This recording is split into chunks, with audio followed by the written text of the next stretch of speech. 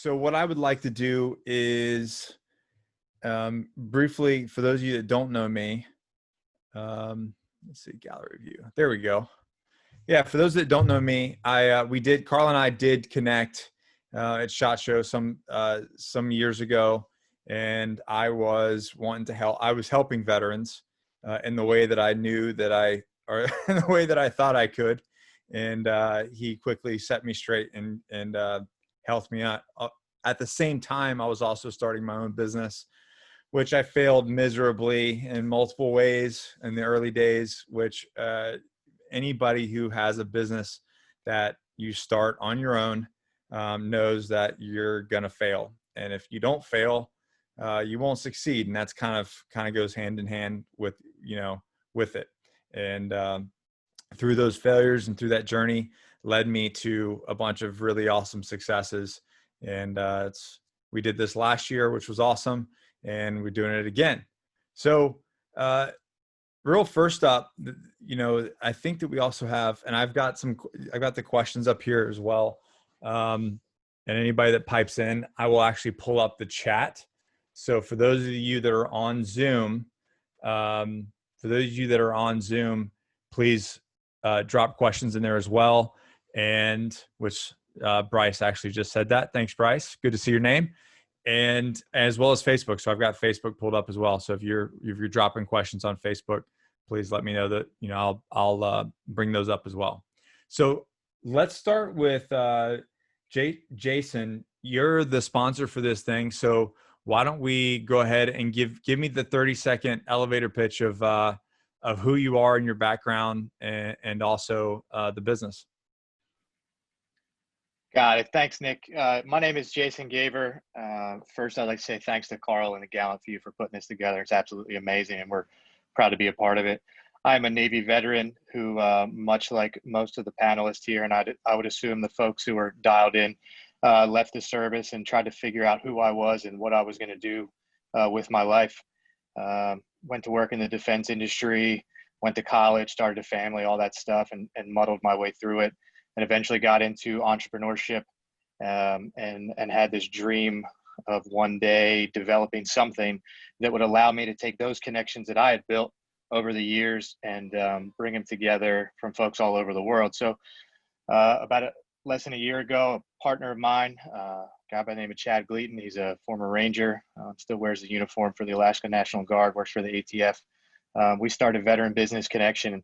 And very simply what it is it's a platform for veteran business owners to go on and register who they are. And then for people in their community who want to support those veteran-owned businesses, it's simply a platform for them to connect.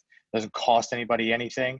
It's just simply helping those veteran-owned businesses to gain more traction in their communities.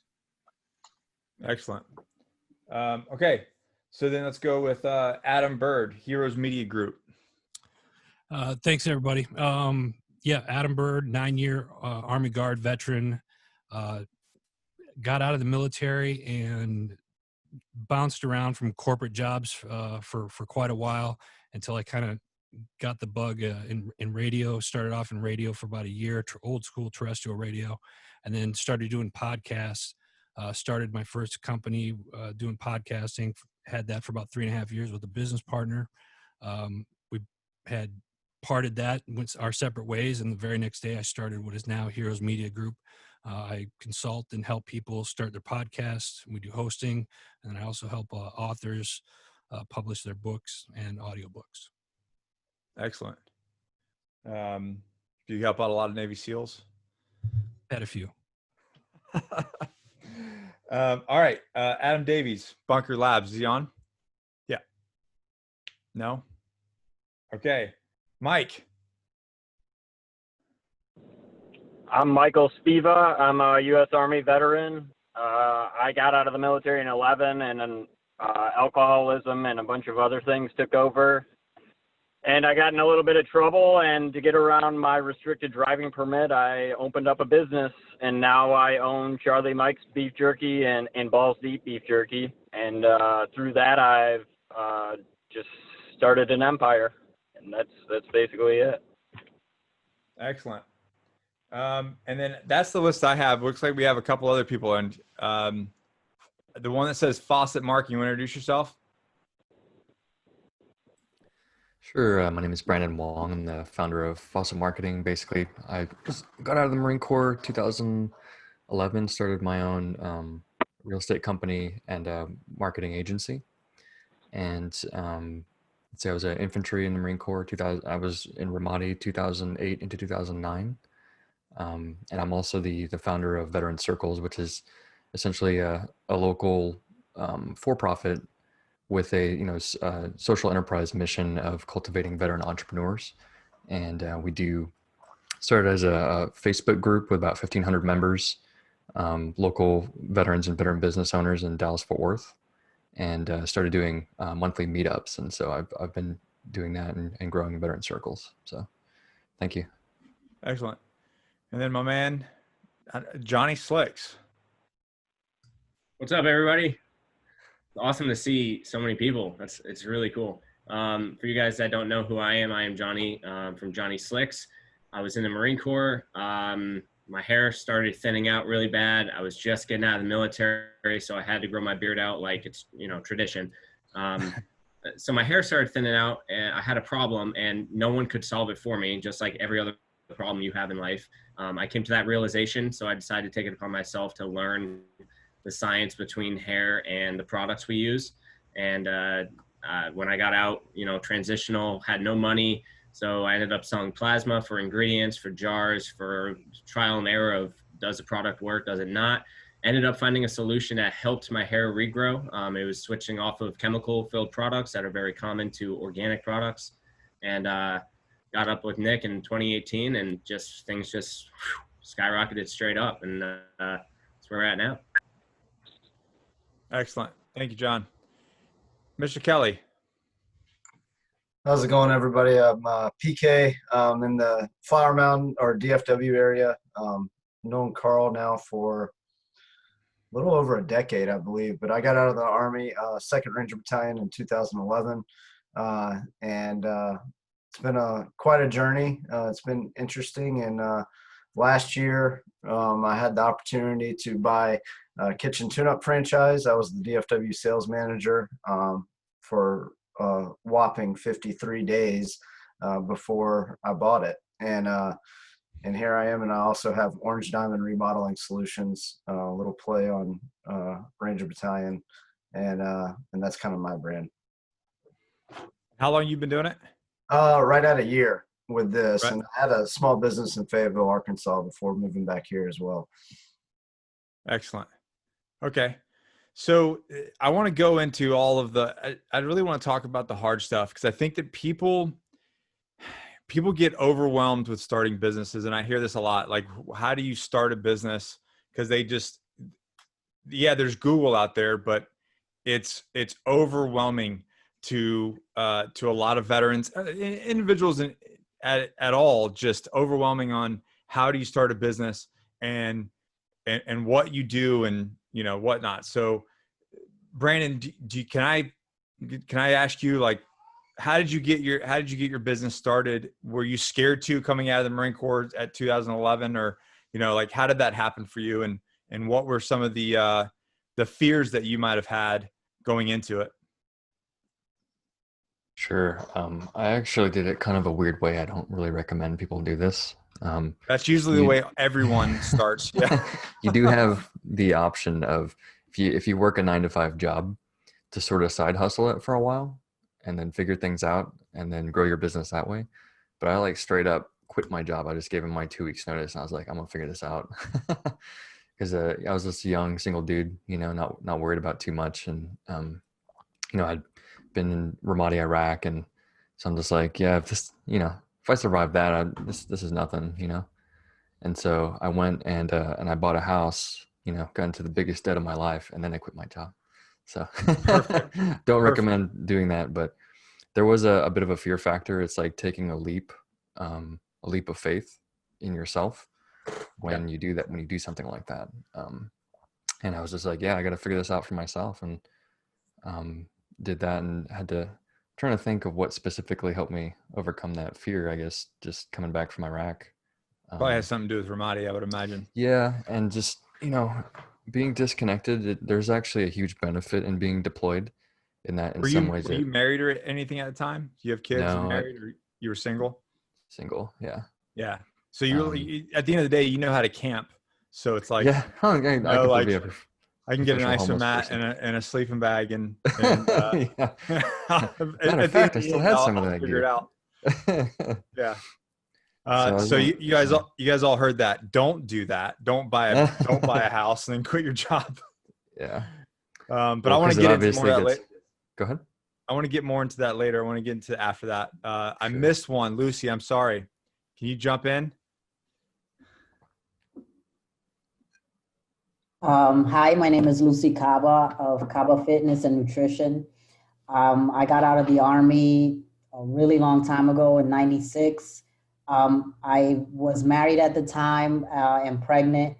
I had my daughter and I bounced around for years doing 2, 3 jobs at a time until I got thrown into personal training kind of by accident. But I took a really big liking to it. And wanted to help everybody that I knew that had weight problems and a lot of issues with their bodies. I had a lot of issues after I got out of the military. I was never that big. After I had my daughter, I couldn't lose the weight, and I just wanted to make changes. And I decided in 2011 to quit my 2 jobs at the time and go off on my own. I started paying rent at a local gym and took some of my clients with me. And I've been doing it ever since independently. I train out of a gym out here in Dallas, far north Dallas. It's mainly a bodybuilding gym, but it is going to be a medical facility as well. We're going to provide hormone replacement therapy, nutrition. But I think what stopped me from doing my own business for a long time was not having support. I was single and a single mother, and I didn't really I had a lot of fears of failing and then being homeless with my child. But I finally just took the dive. I didn't do it like Brandon. I did work the 2 jobs for a while and kind of told my clients that what I was going to do to see how many would go with me. So I was kind of prepared when I did it. Yeah, but I think we're going to see a theme with that. At the end of the day, yes, it is a good idea to have that side hustle and to continue to grow. But at some point, you have to jump in with both feet if it's going to survive and if it's going to do that thing, right? Yeah. Yeah, Totally and agree. that's a scary jump. I'm going to jump over to Johnny Slicks because I was actually on a Raider Project climbing trip, and yeah, so he doesn't want to tell the story, but I was actually in where were we? You're in Pilot, I think. No, California somewhere.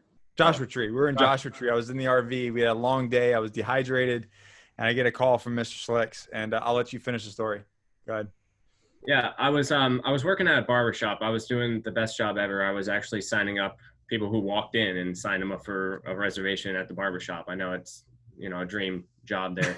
And I was miserable. I was so miserable at it. I was just, I was kind of doing Johnny Slicks things, but I kind of wasn't.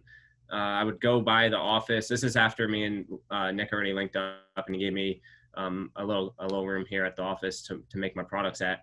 And which you notice that he's at the office and I'm at home now. So, well, you're welcome. So I was working at the barbershop, and that was my job. That was my only source of income.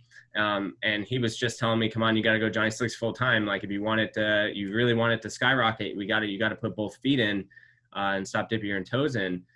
But it was so scary. And I know all of you guys know exactly what that feeling is. And it's kind of hard to explain. But it's almost a fearful thing, but it's a good anxiety, but you don't want to do it because you don't know the future and you don't know what is on that other side of that door when you open it, and there's no going back. You can't go ask for your job and say, sorry, So I called Nick and I was like, hey man, I'm done with the barbershop. I can't do this anymore, but I'm really scared to just say I'm done and move on. You were stressed. You were super stressed. Very stressed. And, yeah. and my phone, as always, nothing's changed about this, but my phone is always below 10%. And my phone was dying, and he was telling me, he said, I'm going to censor it though. He said, "Don't be a baby." And then my phone died. As soon as he said that, and I am censoring the baby part, he didn't say that. Veterans, we know what he said. And my phone died. And at the time he was like this person that was almost unreachable for my contact. So he thought I hung up on him. I quickly ran over to the phone charger and charged it. I'm standing there trying to plug it in, and Apple, of course, iPhone, the home screen takes 30 minutes to load up. So I'm sitting here like jittering. I call him back. Eventually he realized I didn't hang up on him, and I ended up taking the dive and quit the barbershop, went in Johnny Slicks full time, and haven't looked back since. But now looking back at it, it kind of looks like you want to slap yourself in the face and say, come on, just do it. Like, look at the benefits if you just jump in. But at the time, unfortunately, we as humans don't know that. So that's the story of how I jumped in fully. Yeah, I think it has a lot to do with bandwidth, right? I mean, and that's something that I personally struggle with in everything that I do. But at the end of the day, we all only have so much bandwidth, and we all can only do so much. So it's about aligning those things, and kind of making sure that you're focusing on what one you want to focus on to be happy, but then two, the things the direction that you want to go, even if maybe sometimes it's not the most lucrative. PK, you want to talk about that subject a little bit in your transition? Yeah, I mean, I would say, for me,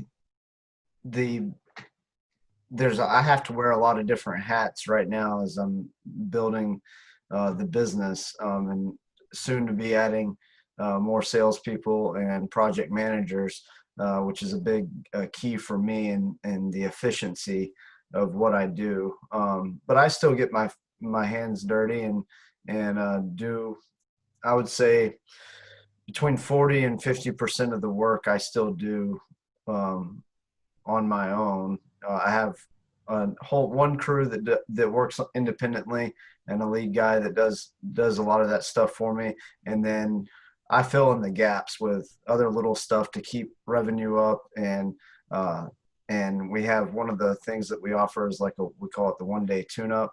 But ironically, that's also one of my largest and most profitable things. So I try to keep things that are already profitable as profitable as possible, especially in the early stages, because right now in building the business, I'm taking about 15% of everything that comes in and turning it back into marketing as we build the brand. And that's because you guys you're in the infancy stages of business. Right. If you really look at a year, I mean, a year is nothing.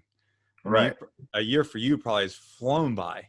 It's been crazy. And I thought COVID was going to slow things down and in my business, and really it's done nothing but the opposite. And we've been, I mean, we're working 7 days a week, and it's just not slowing down at all. And usually in the remodeling and construction world, as you get closer to the holidays, you start seeing you should dip about 20% traditionally. And so far, I mean, I signed a couple of big contracts last week, and I had to set the expectation with them that, hey, we may or may not get to you before the holidays, or even in between Christmas, because of COVID and manufacturing right now is so slow. But setting those expectations and all that type of stuff with the customers has been critical for me. And I remember, looking back at my own stuff and looking at Johnny and the things that I know, that first year, putting that money into marketing and really, like you said, doing, sometimes half of the work of the whole company. I mean, that's just what it takes, right. And anybody that's done this knows, especially in the infancy stages, until you can get, the right team underneath you, that is what it's going to take to build that foundation. And you just got to put that work in. Well, one of the things I didn't want to do was to go out and get a large business loan immediately Right. or anything like that. So fortunately, I've been able to do it by wearing so many hats early, because just early on, you can't, if you don't have a large business loan or a big chunk of cash sitting to the side to be able to pay salaries out immediately, you have to put in the work, and the hours. I mean, the 40 hours a week isn't going to happen for the entrepreneur in the first couple of years of business. It's just not going to happen. I joke. I'm like, that's a part-time job. Right. Exactly. So, but we've been able to do it without taking out a large business loan, and cause I didn't want that debt at all. So Smart. And yeah, we can get into that a little bit later. Mike, I remember talking to you last year and about some struggle points. And, you know, I remember telling you, I was like, man, you just got to like keep hammering. And so from when you started to now, talk about some of those struggle points and where you're at today and how things are going. Yeah, I mean, I'm still struggling at this point, but in the early stages, you know, I knew nothing about commercially making beef jerky or anything. So it was like a huge learning curve off the bat. And then instead of taking out a big business loan like PK says, is that you find a co-packer.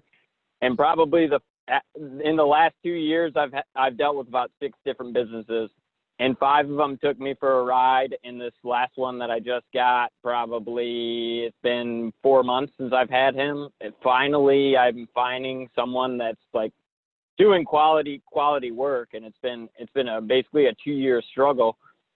And then not only that is that I diversify in products so much, because when COVID hit, and even before COVID, I didn't have beef jerky. So to continue to pay my bills and make revenue, I started diversifying. Like you saw the Bluetooth speakers that I showed you last year.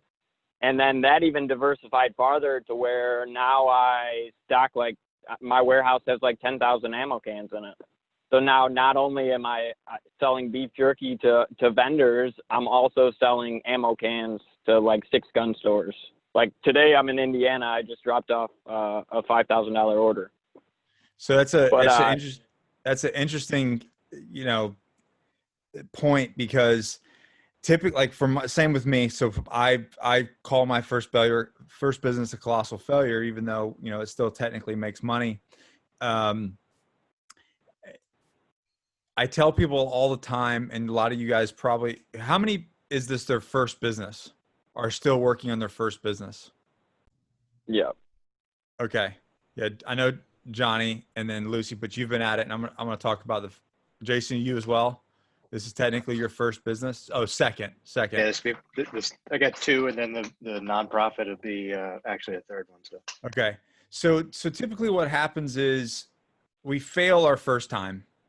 Like our first go around is a failure, or it just doesn't take off the way we think. But then it leads us to something. For instance, there's a lot of, like, you know, I have my hands in a couple different things, but like on Mike's, you know, aspect, he started out with this beef jerky, and then I remember him going to the speakers and the ammo cans.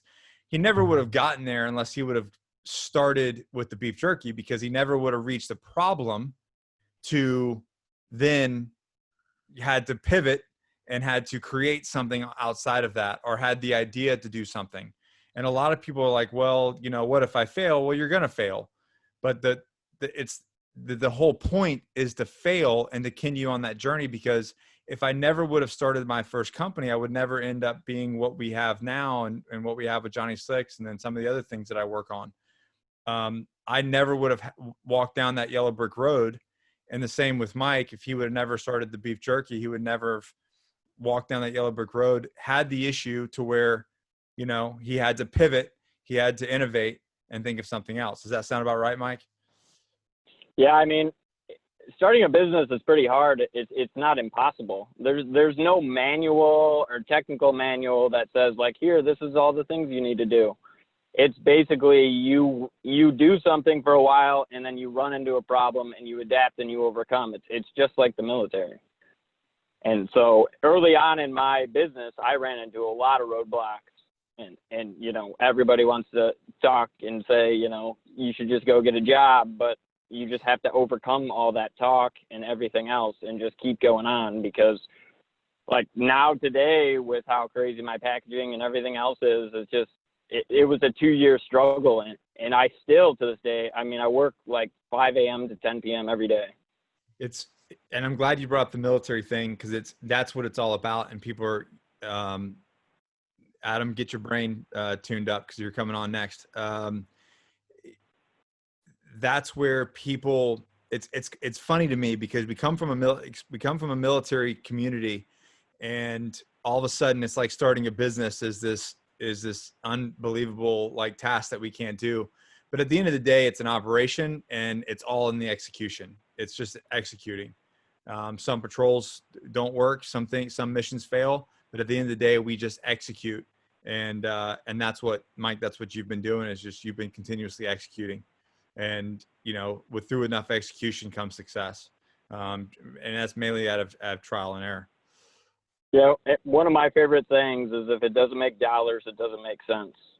So through trial and error, you find out all kinds of things. Adam, so the start, I mean, you've had your hands in a lot of different things. So you've probably, I see you nodding on a lot of this. So you've probably been through your share. Can you share on some of this? Yeah, I think when I first started off in the podcasting realm of it and doing the editing side of it, I was up until 2-3 o'clock in the morning watching like YouTube, like how to edit or how to use certain programs and whatnot. And I probably failed miserably on audio quality for like the first year and a half.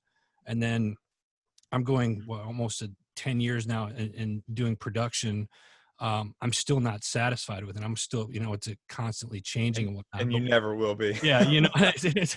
But now that I'm hiring other, you know, I've hired a couple other, you know, production people.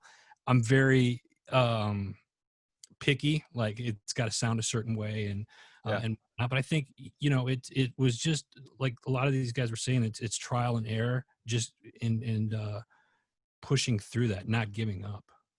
So when you first started, were you afraid to start? Did you have that initial fear I was terrified. I literally quit my job on April Fool's Day, and I walked in, I quit, and I'd never quit a job before. And I was a single parent for 15 years. I had, you know, custody of my son, and I clearly did not think about what I was doing, because the next morning I woke up and I was like, oh man, like, yeah, this has to work. Now, did you already have this kind of going when you quit, or did you just cold turkey and go from nothing? No, I was doing the podcasting and the radio stuff part-time. It was like on the weekends, a couple of days out of the week I was doing it, but it got to a point where, you know, my son was my motivation. He was going into middle school, he was playing sports, and I was tired of asking people permission to go be a parent and watch my son play ball and do all these things. I felt like I was missing out. So I was like, forget it. I'll make it work. I'll figure it out. And that's all I did. I just quit and I just made it work. I think that's something I think that right there is the difference between people who make it and the people that don't, is what you just said. Yeah. I'm going to figure it out. Got to. That's it. You didn't have a choice. I didn't have a choice. No, you don't have a choice. Yeah. I failed, but I took that mentality as like, I can't fail at this. And there were times, like even now, you know, there's days where I was just like, I gotta go back to corporate America or something like that. I was like, what am I doing? You know, and I should just go get a job. This is like, I should just go get that job. Right. And immediately I'm reminded, I'll get an email, I'll get a phone call, a text, whatever it would be. And it reminds me of my purpose. And my purpose I found was to help other people get to where they want to go. And I get to live that every day. So I think as you know, if people are listening and they're thinking about starting a business or whatnot, find your purpose. If you have a purpose and you're passionate about it, then the profit will always follow. You teed me up so nicely. I appreciate that. Last year we talked about, we had Simon Sinek at VetXpo, and we talked about the why. And that was one of the things I wanted to bring up here. Not to put all the business owners on blast, but I want to talk about the why. Lucy, can you type in and briefly talk about your transition from part-time to full-time, and then what your why is for your business and what that passion is? I'll start with my why. I got to a point I used to work for Gold's, a corporate gym, and I used to work at a motorcycle dealership. And I got to a point where I couldn't take orders from people that I'd had no respect for. I used to see people walking around, bossing people around, trying to getting us to do things. And I had no respect for them. They had no life experience. They had very little management skills. So I just didn't want to have to answer to someone that I couldn't stand. The fear was definitely there, being a single parent and not having the option to fail, because there was no choice. I did have to do the same thing as Adam, where every day, if I lost a client, that could have been like my entire rent payment, for the month. So it's always trying to find a way to make everything work, provide excellent service, make sure that I stayed up to date with everything that, clients are looking for when it comes to weight loss or whatever personal goals that they have. But my why has always been to do better for my daughter, to make sure that she can see that she doesn't have to go work for someone else if she doesn't want to. She just graduated college. She is kind of brainwashed a little bit on working for the corporate world. I personally think she could do it on her own, but it's You gotta walk that path though. yeah. So I'll let her, I guide her and let her do what she wants to do. But I'm still there trying to put that in her ear that she can't do it on her own as well. Okay. Brandon, how'd you come up with your why? Your purpose? So, when I was overseas, I had brought up a copy of Rich Dad Poor Dad with me. I don't know if anyone else has read that book in here. It's like being unplugged from the Matrix. Once you read it, you can't unread it. And really, my why, pretty much my reason for doing anything is freedom, individual freedom, location freedom, time freedom, money freedom. And really, it all focuses around freedom. So that's, part of why we're all here. But that's kind of where my why is I like being able to do what I want to do when I want to do it, as long as it's within the confines of the law. Yeah. So that's, that was my why when I was overseas. I read that, and then they're basically like, the gist of the book is that the only way to financial freedom is to take control of your own destiny. And somebody had mentioned it earlier in here, and generate your own income through your own business, your own investing, and just learning how to do that. So that was kind of my why. It opened up my my viewpoint to different perspective. So excellent. Johnny, what is your whole purpose? Ooh, that's a deep question, Nick. Thanks for asking. So when I got out originally, I was a NCO, but I only did 4 years. Actually today I'm done with my other 4 inactive. So, right. Anyway, I realized that there wasn't any officer, there wasn't any staff NCO, there was nobody that was going to solve my problems for me anymore. It wasn't hey, Staff Sergeant, I'm not feeling well. What do I do? It was more of, I have a problem and I need to take action and take accountability of my own life and solve it. And like I said, when I was in, my hair was thinning pretty bad. That's when I came to the resolution that big grooming industry companies are actually playing a big trick on everybody by putting all these chemicals and preservatives in them. And that's what caused my hair loss. The problem was that I couldn't afford anything else. So I had to find a solution. And making them myself, making organic products myself was the solution to me, but nobody was there to help me with it. And the purpose, I realized, was that why would I keep this information to myself? There's other people out there that are suffering just like I was. I solved it. I can be that solution for somebody else. So my whole purpose with everything I do in business is to help another person that encountered the same problem I had, and educate them while doing so. how important, and just real quick, just raise your hand if you got this answer real quick. How important do you feel to your business that you have a why, that you have a purpose associated with that, Mike? Yeah, I mean, my purpose changed throughout my business because originally when I got the DUI, I was just trying to get away around my legality.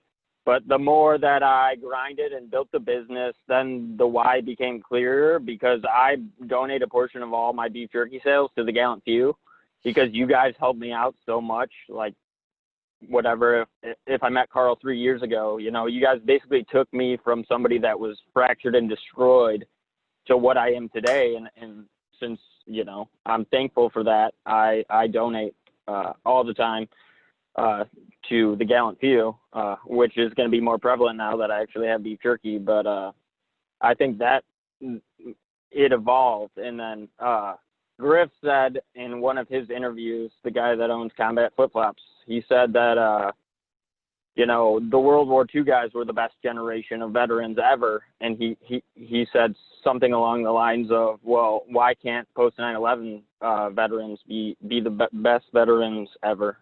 So I think that in creating my small business, that is also a part of my pride, is to try and do the best that I can to try and be, help all the other veterans that want to start businesses by being on things like this. And then even locally, we have a veteran think tank where we bring in small businesses that are just starting out that are veteran owned. And we just have a monthly meeting and go over trademarking and all the things that I did on my own that I had no idea how to do that are possible.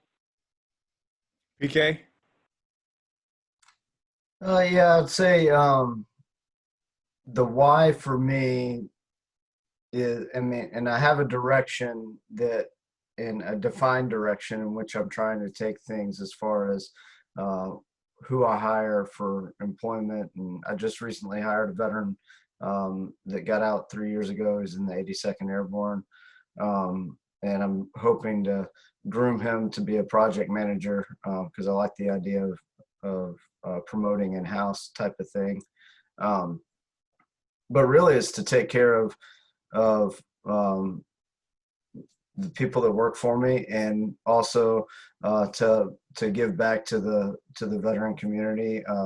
And Gallant Few and Carl have been a big part of my life, especially in the past 5-6 years. And y'all will hear a lot more about that tomorrow. But the why, the direction and leading people comes natural for a lot of veterans.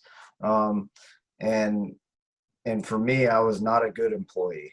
I would always question that why, or why are we doing something or whatever. And so for me, and laying out that the day-to-day, or laying out the week or the month, and saying this is what, I try to put that out there as clearly as possible as to, this is the direction we're going, this is what the end goal is. And probably one of my most stressful things is writing checks to the guys and girls that work for me. But it's also one of the things that I enjoy the most, because I know that check is going to take care of their family. And so that is, there's a lot of joy I get from that, especially knowing where one of my lead guys, the struggles that he went through when I bought he worked with me with the previous business, and I know what he went through, and it wasn't easy. And so that's been really nice to help him get back up on his feet. And one of the things that I enjoy the most. But the why is a lot of things I want to bring, and it doesn't have to me, the why doesn't have to be pigeonholed into one specific thing. There can be whys for a lot of different spots in the business, but overall, the why is to bring the experience of remodeling to a different level and change those expectations of the homeowner. It doesn't have to be a bad experience or a slow experience. It can be a lot of different good things. And that's what we're trying to bring to the table.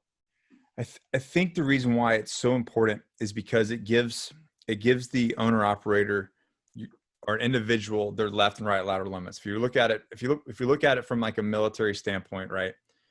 Your mission statement, your why, your purpose is your left and right lateral limits. And if it fits in there, then you are in the right track. And if you start doing something that's outside of that mission statement or outside of that purpose, I feel like it's not going to, unless your business, and we're going to get into that here in a second, is completely pivoting in a different direction, that gives you the lane to stay in. And Johnny and I have this talk a lot. It's like, that's outside of our, like, great idea, outside of our scope. So we need to, like, let's reel it back into our left and right lateral limits. One of the things that and I don't know anything about this person, but where will you be in 5 years from today? Kirk Weisler recommended this book. It's like, it's not even I mean, even Rangers can work through it. It's like a workbook. But basically, and I don't believe in the where will you be in 5 years, 10 years, 30 years, because if I plan that, and a lot of you guys, Brandon, probably you too, if you guys would have planned that, it's not going to be, you're not going to be there. Like, the journey is what, doing the execution part is what gets you there. But what that book did by working through some of those exercises, and Carl, I'll send you that link, is it made me figure out my why through working through it, because it made me answer those questions. So for those of you watching, I recommend it, because you'll kind of find out where you're supposed to be, and what your actual why is, and that will create those left and right lateral limits. All right. We're going to go into biggest failures and biggest wins. So everybody get them in your head real quick. Brandon. Yeah, that's right, Johnny. Biggest failure, go. I lost $12,000 of my own money and $10,000 of investors' money on a deal that I did. Biggest win. I think let's say I made $45,000 doing about 5 hours of work on a real estate investment deal. So the wins surpassed they made up for the losses. That was my point. All right. Yeah, there we go. They happen, right? The losses happen. Adam, biggest failure, biggest win, go. House went into foreclosure first year in business. Whew. Ouch. Biggest win? Yeah. Getting it out of foreclosure the second year. Nice. A little bit of elbow grease, huh? I would imagine. Yeah, there's a lot of late nights on that one. Yeah. Mr. Slicks. Biggest failure for sure would be. This would be interesting. That's rude. Spending all the money I could on product development back in the day when I was first starting. So I had to sell plasma. That was a giant failure. It was a huge hit to my ego. The biggest win taking from that is making it worthwhile and hitting 7 figures. That was a pretty big deal. That was the biggest win so far. Yeah. I think that's just tenacity, Mr. Slicks. Yeah, well, I tried, yeah. Lucy, biggest failure, biggest win.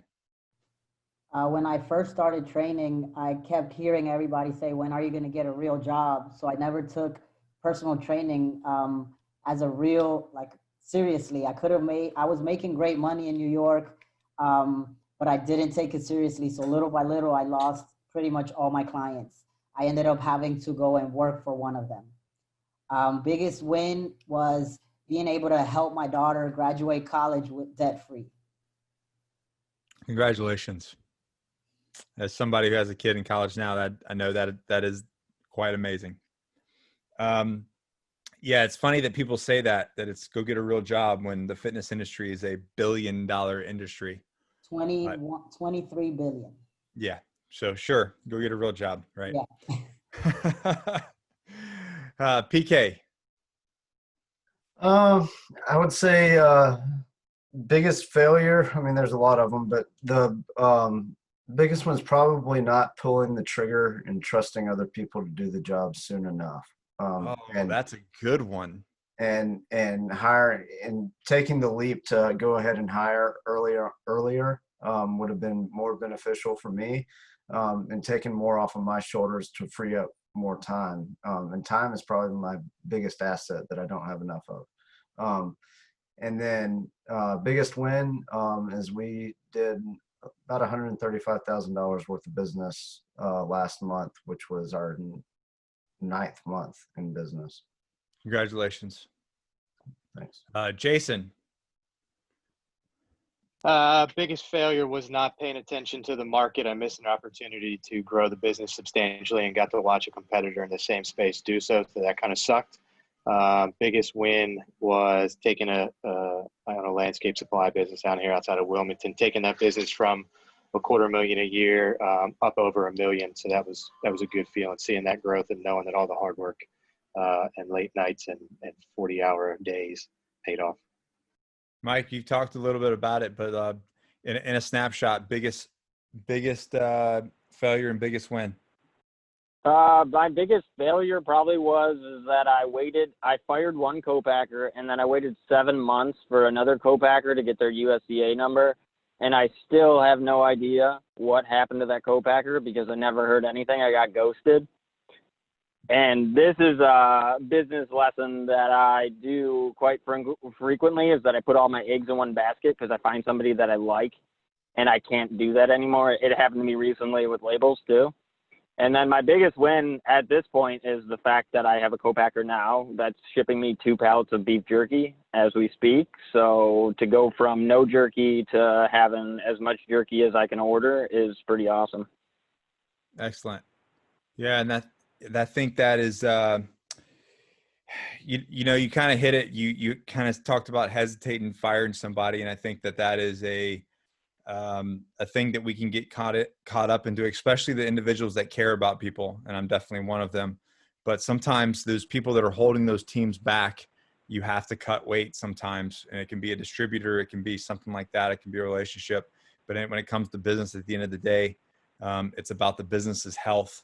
So if there's another business, B2B, or an individual that's holding that business back or is toxic in some way, you have to cut it out like a cancer. And that's gonna free you up to move forward. Yeah, my hardest transition is that the loyalty that you learn in the service with the group of guys you are with is bar none, and then you get to the civilian world, and I'm still trying to figure out how to associate with people I do business with, and I sometimes get in a mode where I get really loyal and I like somebody, and I'm like, all right, I'll do whatever, and then I have to take a step back and be like, all right, well, here I priced 12 label companies, and even though I like this guy, this label company is cheaper and they're faster and they're more efficient. So then I have to put my loyalty feelings aside and go with, like you said, what's best for the business. Well, because a lot of times we can see, and this is something that I get called out on myself, is I see the potential in individuals, even if they're not going to reach that, if they don't see it in themselves. I'm like, if you would just do what I'm telling you to do, you would be the best version of yourself. But that's on them. That's not necessarily on you. And sometimes we can hold on to things because we see what they could do. All right, Lucy, we're talking about pivoting in business. How have you pivoted? COVID and training has been, I own a gym myself, so I know the struggles it has been over the past 6 months. How have you pivoted in your business? Well, I was able to keep a couple of my clients to train online, just like this, through video workouts. So Excellent. I still sit with them for an hour and tell them what to do with whatever equipment they have. I also do online nutrition and online workouts where I'll design the program and send it to you through an app. And then you do it on your own. So I was able to maintain it that way. I'm back at work physically. Our gym is, because it's registered as a medical facility, even if if they shut the city back down, we won't close. That's great. That's great. But there was a pivot point there that you needed to figure out. I had to shift and figure out what to do with the people that I already had. I don't really enjoy training people this way, so I didn't try to get any more people, but I do have a few more that I just send the workouts to them and their meal plans. So they already have knowledge on exercise. I just tweak their program or design a specific program to help them get to their goals. Okay. PK, I know you had to do some things.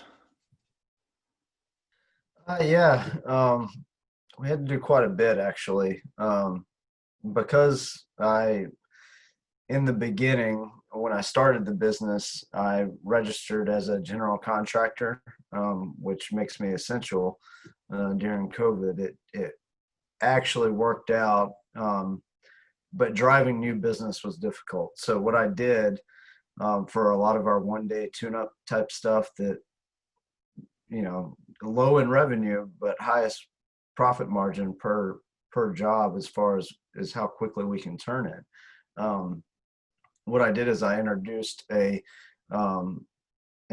added, I guess I added a step is really what I did, but I went out before things got kind of crazy and I took a little bit of a leap and I bought a bunch of hospital grade viricide. And so I added a viricide or cleaning aspect to it that nobody else was really doing in the market, and it helped drive business towards us. I marketed that. I put that out on Facebook ads and different things like that, and it added quite a bit of business early when we really needed it. And then the other aspect was I signed a few big jobs that kept the guys busy for more than a week or two at a time. And that worked out really well too. But that was probably the biggest, was what was that one thing that I can offer since I'm already able to go into the home and bring that to the table. Johnny, Pivoting. How did you have to pivot? I know we had some pivot points. We had a lot, but really one big one. Because of the increased addiction to hand sanitizer in the industry, we had to. The addiction? Yes, it did. It was crazy. We got notified from our containing and packaging companies that there is a shortage of bottles and caps of the sizes we use, the amber bottles. And it was because big companies that were buying hand sanitizer, surprisingly from overseas, were buying containers from America to, give Americans jobs. And we had no bottles. So we had to pivot and find bottles that fit our products and fit our sizing. And there's a science behind it. We use amber bottles because it prevents wear and tear from UV, A, B, and C rays. So we don't have to add a preservative or shelf life to it. The bottle does it itself. So when we got that email saying that 3 of our bottles were no longer available, we could either use clear bottles or go to China. And I refuse to go to China, and Nick does too. So we decided to go with clear bottles and put in a large order that we're still waiting on today. So we placed that order in March, and we're still waiting to get it for our amber bottles. So we do still have these clear ones, but we had to pivot and make that, I wouldn't say rebranding, but we were able to make a bottle work with our branding, even though clear is definitely not on brand for us. Amber is definitely old school. So we had to take that pivot, and I do believe wholeheartedly that we did make the right decision, staying in America and just taking the hit ourselves. So in my whole point is things, and I actually I get a talk, I think tomorrow or the next day, maybe tomorrow.